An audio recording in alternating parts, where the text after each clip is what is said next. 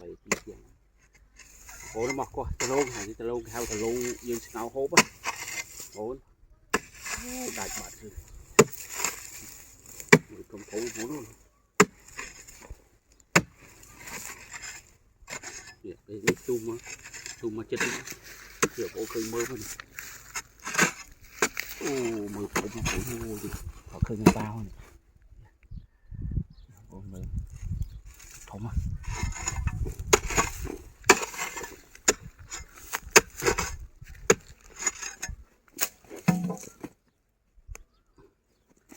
đảo khơi mơ mình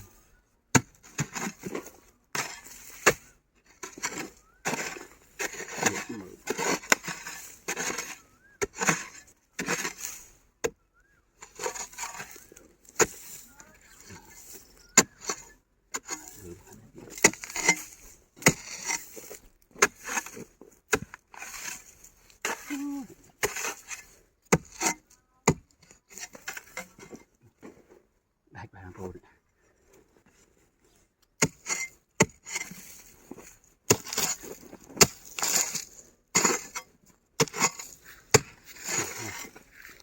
bơm phố rồi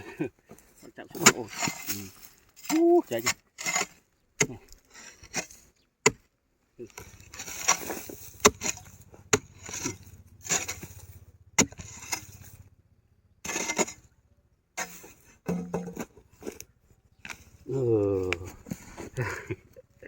đi vào thôi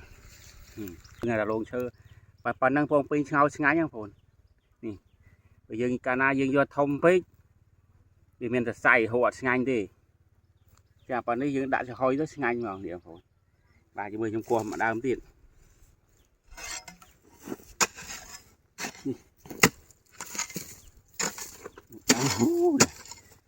chơi vào vô đây đại bạn đại mình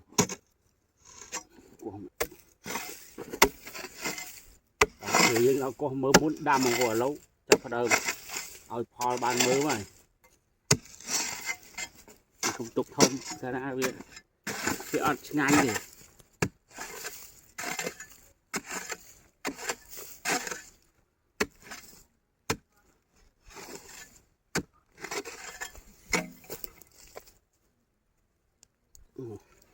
được ban rồi tiện